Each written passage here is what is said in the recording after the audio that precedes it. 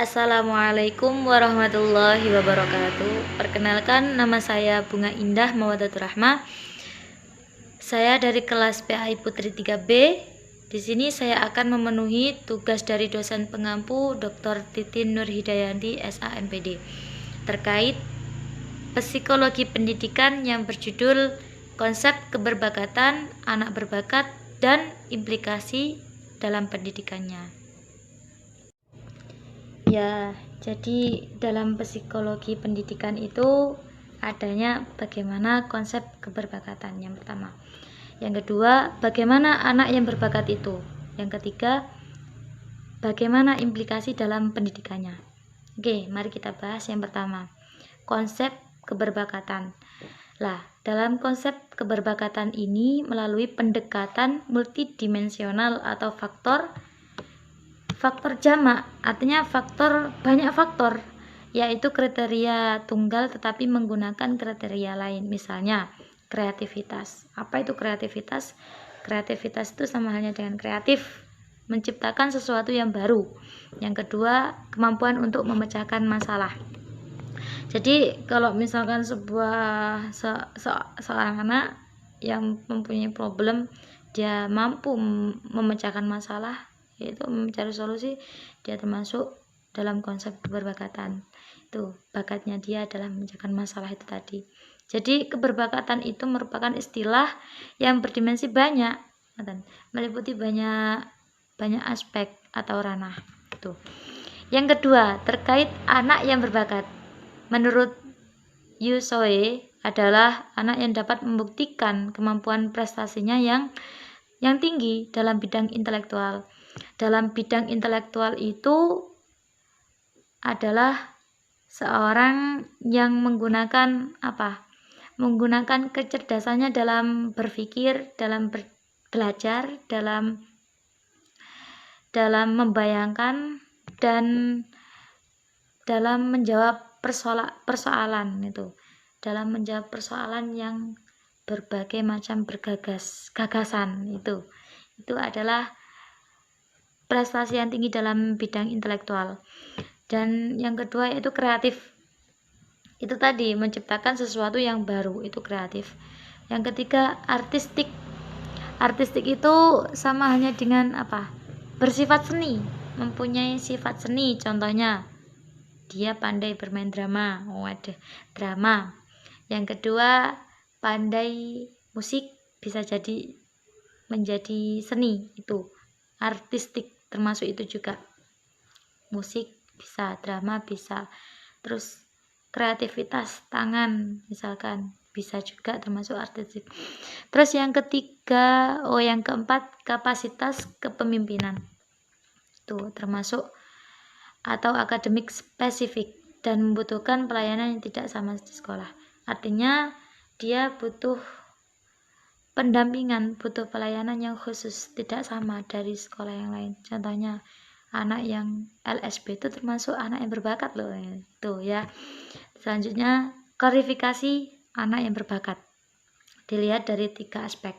Yang pertama aspek superior. Superior itu yaitu mempunyai IQ di antara 110 sampai 125, prestasi belajar cukup tinggi. Tuh. Terus kemampuan bicara lebih cepat, baca lebih awal, menyelesaikan tugas sekolah lebih mudah. Itu termasuk aspek superior. Tuh, IQ di antara 110 hingga 125.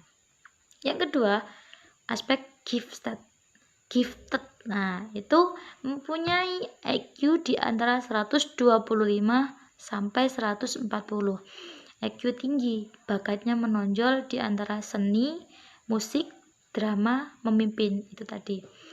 Serba ingin tahu ada, imajinasinya kuat, senang membaca, perhatian terhadap sains. Apabila kita menemui anak yang seperti itu, maka dia adalah termasuk klarifikasi anak yang berbakat dalam aspek gifted itu. Yang ketiga adalah jenius. Ini yang tingkat yang paling tinggi. Tingkat yang paling tinggi ini mempunyai IQ di antara 140 sampai 200. Ini yang paling tinggi. Dia memiliki kecerdasan yang luar biasa, daya cipta yang bernilai tinggi, daya abstrak baik, memiliki banyak ide, sangat kritis, dan dia kreatif. Analisa pun tinggi, tetapi ada sisi negatifnya, yaitu egois. Dia anak yang egois, emosional, tidak mudah bergaul, senang menyendiri, sulit menerima pendapat orang lain. Itu sisi negatifnya. Itu adalah termasuk aspek anak yang berbakat melalui jenius. Baik, yang selanjutnya adalah faktor yang membuat bakat dalam diri seseorang, yaitu ada 3. Yang pertama, mari kita bahas. Yang pertama, faktor genetis dan biologis lainnya. Di sini disebutkan bahwa IQ dan bakat itu tidak diwariskan, akan tetapi yang diwariskan adalah gen bersama dengan pengalaman. Maka di situ akan menentukan kapasitas intelijensi, yaitu pemikiran dan kemampuan lainnya. Dan juga harus memperhatikan faktor nutrisi dan neurologis. Itu dalam faktor yang pertama. Yang kedua, faktor lingkungan. Di sini sangat pengaruh dalam faktor lingkungan. Stimulus, kesempatan, harapan, tuntutan, dan juga imbalan mempengaruhi proses belajarnya anak. Jadi di sini harus betul-betul peran orang tua, guru, dan masyarakat harus diperhatikan betul, karena lingkungan terutama yang mempengaruhi besar dalam belajar anak itu. Yang ketiga yaitu karakteristik. Keberbakatan biasanya ditunjukkan dengan karakteristik tertentu, memiliki minat yang luas. Jadi seorang anak itu yang berbakat itu memiliki karakter.